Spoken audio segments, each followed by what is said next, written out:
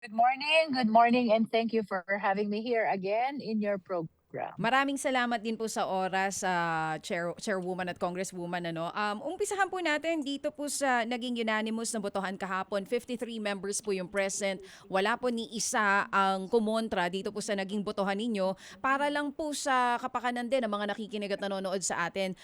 Congresswoman, pagkatapos po nito na nakita nyo na merong probable cause, ito pong impeachment ni VP Sara, ano po ang susunod na hakbang po na aabangan ng publiko? Well, kagaya po ng na-announce natin kahapon, magkakaroon po tayo ng continuation of hearing on May 4, 2026, 10 o'clock in the morning dito pa rin sa People's Center. The purpose of which is for the justice members to be able to approve the committee report, the attached resolution, setting forth the articles of impeachment, no? Maalala nyo, during the hearing kahapon, nag-motion din si Congresswoman Laila De Lima, that is for consolidation upang ang grounds na nakapaloob dito sa Sabali complaint and Cabrera complaint ay mapag-isa na under one articles of impeachment, no? So kung ma-approve na ito on May 4 morning, we will immediately transmit all these documents to the plenary, no? And from there, we will anticipate the plenary to provide copies of these documents to all the members of the House of Representatives, including the Vice President. Maalala nyo po, ito ang nakapaloob dun sa decision ng Supreme Court sa kasong Duterte versus House of Representatives na dapat pagkalooban ng sapat na panahon ang mga miyembro ng House of Representatives, including the Vice President, na mapag-aralan ang impeachment complaint kasama ebidensya bago pagawin ang plenary vote. As to when the plenary vote will happen, it will depend on the plenary. Okay, very, very well said. Madam Chair, I hope you don't mind me asking about this. Baka po sa iba trivial ito, pero sa amin po ngayon, sa lahat ng mga nagtitipid, baka ho magtatanong sa isyong ito. Ma'am, at present, we have 318 members po sa Kamara. Ngayon, per Supreme Court requirement, dapat lahat sila mabigyan ng kopya ng Articles of Impeachment, including lahat ng ebidensya, lahat po ng inyong mga kaukulang dokumento para po kayong humantong doon nga sa naturang Articles of Impeachment. At bibigyan ng sapat na panahon ang bawat isa na basahin yan, kung babasahin nila. Ma'am, ito ho ba'y hard copies ng mga papel? Dito sa Justice Committee, Manong Ted, we adopted the electronic way of furnishing copies to the justice members and the parties, no? So lahat kami email, except for the notices na nagpapasend pa din ako ng hard copy, no? But for voluminous documents like evidences presented, lahat email yan. So I don't know with the plenary kung paano ba ang magiging mode ng kanilang transmittal of these documents. But I got your point.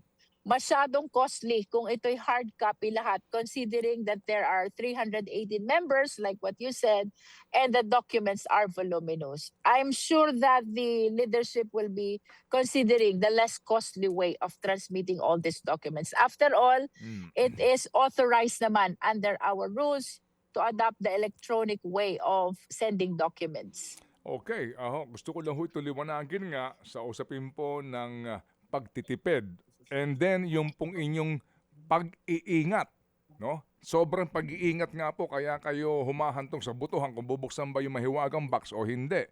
Ito hong usapin po ng pagbibigay ng kopya kung ito ho'y pagdidesisyonan ng plenaryo na ito po ay soft copies po na lamang, ilang araw ang dapat yung ibibigay sa mga miyembro para masiguro na wala pong pupunta ng Supreme Court para sabihin na hindi ko pa nababasa yan eh. May 4 kasi, Manong Ted, we will be able to transmit this to the plenary. And I think from that date, pwede na silang mag-start mag-transmit to all the members and the vice president, no? That's part of due process also, para they will be able to come up with their informed decision come the plenary vote. Remember, that in the case of Duterte versus HREP, walang minention ng Supreme Court with regards to the number of days in between the receipt of these documents and the plenary vote. So for me, I'm inclined to believe that reasonable period, which means that enough time na mabasa, ma-evaluate, I think should be enough to comply with the requirement of due process before the plenary vote. But indeed, there's no specific number of days that was provided in the Supreme Court decision. Okay, so yung pong pagbibigay ng kopya ng articles of impeachment sa Vice Presidente, yung po lamang ay copy furnished lang sila. Wala na kayong hihintayin pa na anuman pong reply doon o reaction. I believe wala na kasi natapos na yung clarificatory hearing, which is the proper forum where they should have filed their answer and presented their evidence. Remember that this second impeachment against the Vice President was filed under the first mode. Ito yung talagang mandatory ang referral sa Justice Committee because it is in the Justice Committee where the answer should be filed and the evidences should be presented, no? I don't think na magkakaroon pa ng deliberative process dito sa plenary except for the sponsorship of the committee report because it needs to be defended before the floor. And there will be, of course, interpellations also, which will be coming from the House members. But for the purpose of filing an answer before the plenary, my humble submission is parang hindi na proper. Oh, and so, kumbaga po, copy furnish ka lang. You were given the chance, di po ba, no, to answer, pero hindi nga siya sumagot dito. May sagot siya actually, pero pagkatapos po noon, wala na. Opo. Ma'am, gusto ho lang namin kayong kunan po ng reaksyon dito po sa post ni Congressman Pulong Duterte. Kung mamarapatin po ninyo, no, para at least po nandidiyan kayo na makakasagot po dito. Ito'y kanya pong statement April 29. Nagtatawag na daw ng mga congressman na bumoto para sa impeachment kung hindi ay tatanggalin ang buong General Appropriations Act ng kanilang distrito. The national budget is not a weapon. Hindi ito panakot, hindi ito ginagamit para pilitin ang mga halal na kinatawan na sumunod sa gusto ng iilan. Uulitin ko, tao ang paparusahan ninyo para sa mga ambitions ninyo. Hindi kami uurong, hindi kami natatakot, dili may magpailad.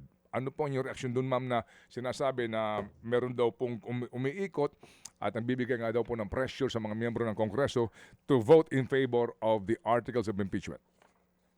Ako, Manong Ted, I can speak only for myself, no? And I vehemently deny that statement of Congressman Pulong Duterte. Wala po akong na-experience na tumawag sa akin to employ influence on me, either as a member or as a chairperson of the Justice Committee. As a matter of fact, Manong Ted, gusto ko i-share. Kahapon, actually, marami akong nare-receive na text at tawag from members of the Justice Committee who are abroad. No? Nakikiusap sila na makaboto online. No? So that 53 should have been more kung pinayagan itong online vote. Kaya lang sabi ko sa kanila, it will be unfair for those who come. No?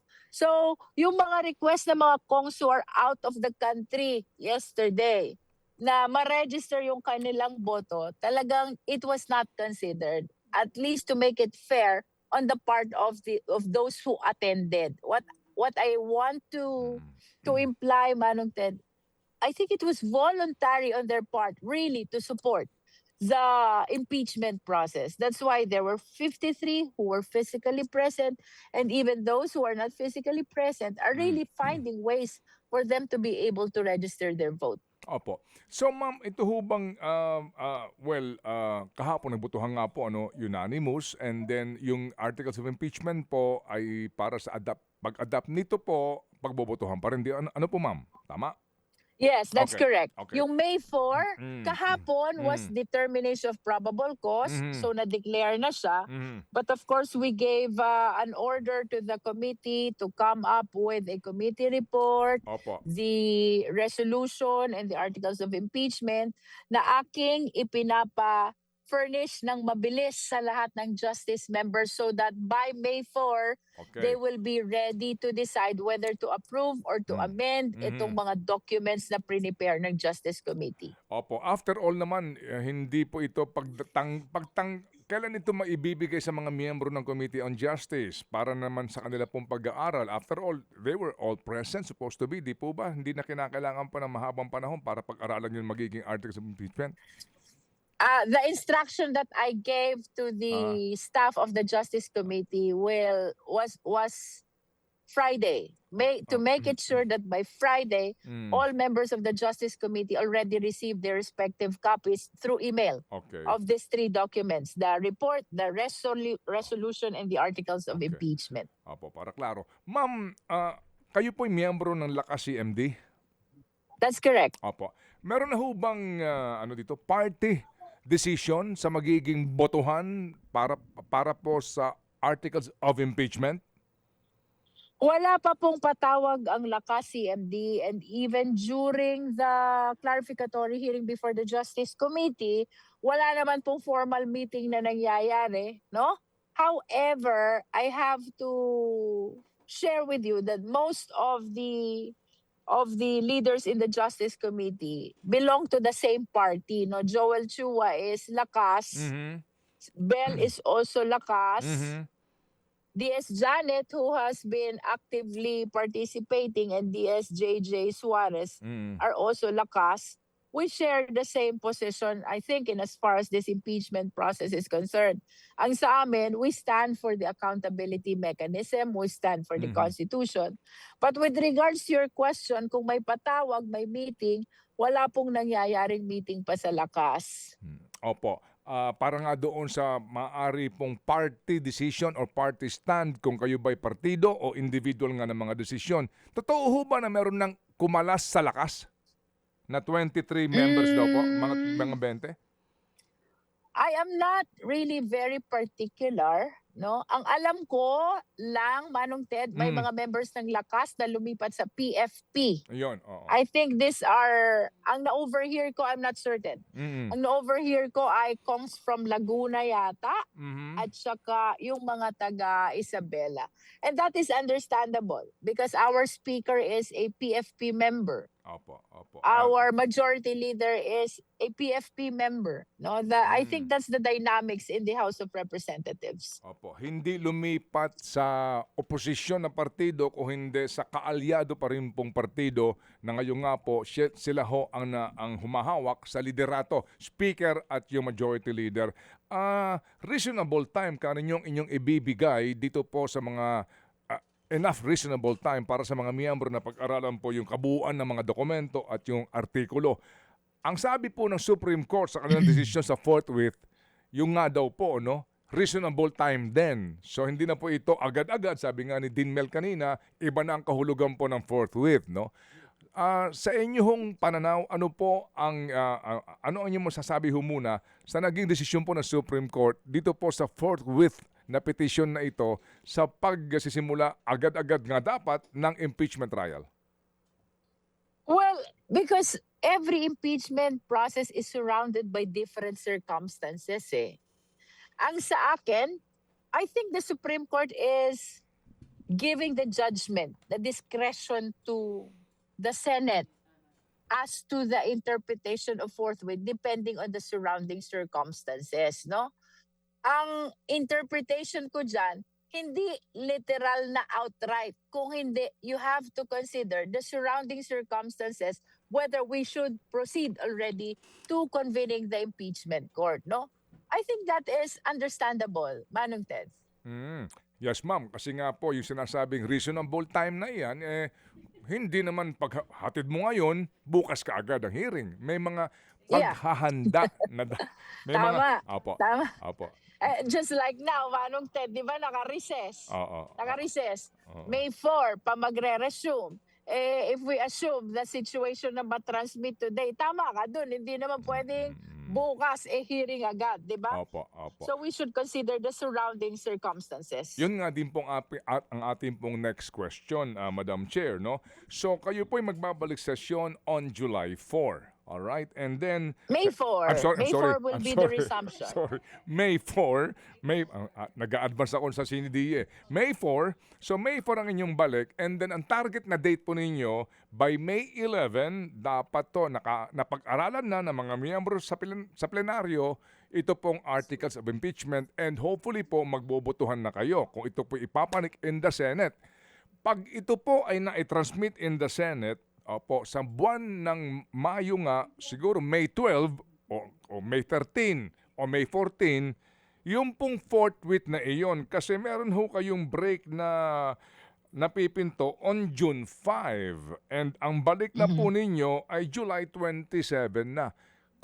Kung inyo pong iisipin itong reasonable time na forthwith na ito, dapat po ba mag-trial na bago kayo mag-CNDE o pagbalik na po ninyo sa second regular session? I think there is nothing wrong with holding the trial upon transmittal, no? Although the senators will be in the better position to answer that kasi hindi ko alam kung ano bang preparation ang ginagawa nila before convening the impeachment court. But if you will be considering the rules of the Senate, no?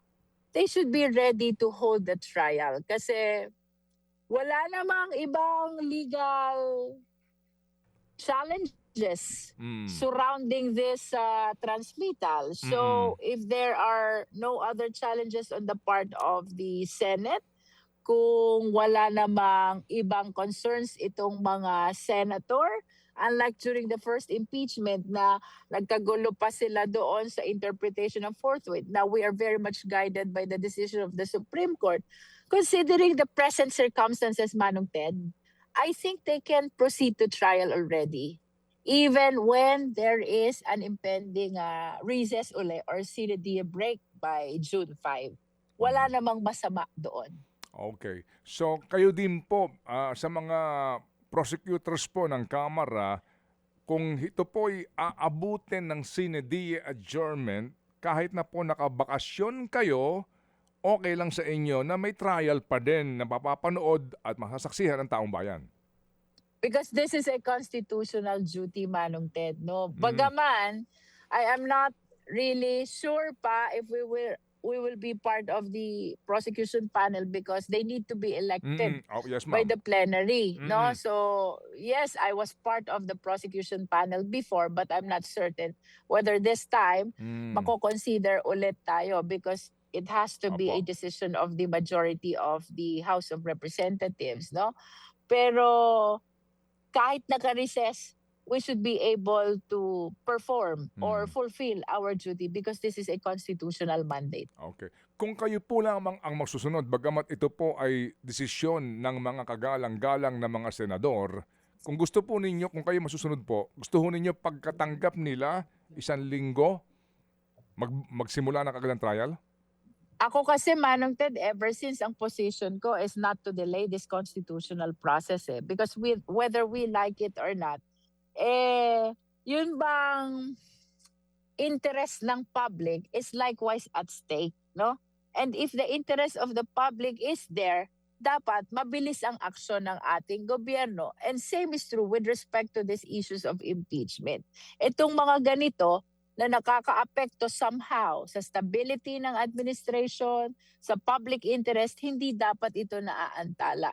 So if there are no more legal predicaments surrounding the trial, I think the senator should proceed right away to hearing this, to the trial of this impeachment case. Okay. Does it follow, ma'am, after po ng pagbubutuhan dito po sa articles na ito, and looking forward po na you will have more than the required number of votes, agad na pong maghahalal ng set of prosecutors? With what I observed last time during the 19th Congress, parang sinunod na kaagad yan ng plenary. That upon voting on the plenary as to whether it will be transmitted or not, sinunod agad nila yung election ng panel of prosecutors. Dito ho ba requirement talaga dapat abogado? Actually, the rule is silent whether a bar member or not, no? But since, of course, we know that this is a trial, I think the consideration of the House members is to consider those who are lawyers. Are you But there is allowed? no prohibition actually to Mm, non-lawyers if you will examine the rules. Yes, ma'am. Yung nga po, kaya nga ako nagtanong nito na obligado ba ng mga abogado lahat ito? Ano po, ang inyo pong ihahalal. But again, yan po decision nga ng plenaryo. Are you Yeah. allowed to hire private prosecutors? Well, the rule is silent, but we've seen this in the past impeachment processes, Manong Ted, no? That the public prosecutors, yun yung mga House members, are supported or assisted by private prosecutors. Wala din namang prohibition na nakalagay sa rules. As a matter of fact, the rule is silent with regards to the private prosecutors. But this is very understandable, Manong Ted, because itong House members, we are not litigation lawyers, no? So we really need the assistance of private lawyers to help us in the prosecution of this impeachment case. Opo, but it will depend on the Senate rules to allow private prosecutors to talk, to speak, or even cross-examine any Yes. witness. Yes. The participation of the private prosecutors will be subject to the regulation of the impeachment court. Okay. Sige po. So, may pahabol lang pong tanong. Si Madam, ito na si Madam Chair, hinahanap mo ilang araw na, ito na siya ngayon. Yes po. Ma'am, meron lang sinasabi yung kampo ni VP Sara. Actually, nasabi na rin naman nila ito, pero ayon sa kanilang defense team, lumalabas daw dun sa buong nangyari dito sa hearing ng Committee on Justice na parang may mga bagay na ginawa ninyo na dapat sa Senate trial lang dapat po yan ginagawa. Ano pong tugon nyo dito? Well, they filed already a lot of petitions before the Supreme Court. I think that issue will be better addressed by the Honorable Supreme Court. Pero kami sa Justice Committee, we're maintaining our position that the entire proceeding is constitutional. And our position to this date, kung wala namang temporary restraining order, kung wala namang injunction, we will proceed to our constitutional duty of prosecuting this case. First and foremost, ma-approve muna to sa Justice Committee on May 4 and then we transmit to the plenary. If at least 1/3 will sustain the committee report and the articles of impeachment, we will transmit as provided under the rules. Oo. Ma'am, how are you handling itong mga supporters ni VP Sara that are saying na ito daw pong ginagawa ng House sa kanilang vice-presidente ay political persecution? Ano pong tugon nyo dyan? Kung walang ebidensya, that is persecution. Pero kung may ebidensya, that is prosecution. And we anticipate na ganyan ang magiging sentiment because they are supporters of the Vice President. It should have been best if during the clarificatory hearing, nag-attend sana si Vice President para she was able to belie all the allegations. And if her evidence are sufficient to counter the evidence of the complainants, the justice member should have dismissed these impeachment complaints. Oo. At nito po mga nagdaang mga clarificatory hearing na naganap sa Kamara, kayo po'y very confident na lahat ng ginawa ng members ninyo ay talagang safeguards po na nananatiling evidence-based yung naging proseso. That is correct. As a matter of fact, narinig nyo kahapon dun sa manifestations ng mga justice members, manifestations like we are already compromising the Constitution being paramount, no? We are already compromising the exclusive power of the House of Representatives to initiate cases. Ang sabi ko sa kanila, we are not rebutting your argument, but we owe it also to the sovereign Filipino people to be as cautious as possible to make sure that we will be able to continue this impeachment process and reach the finish line, no?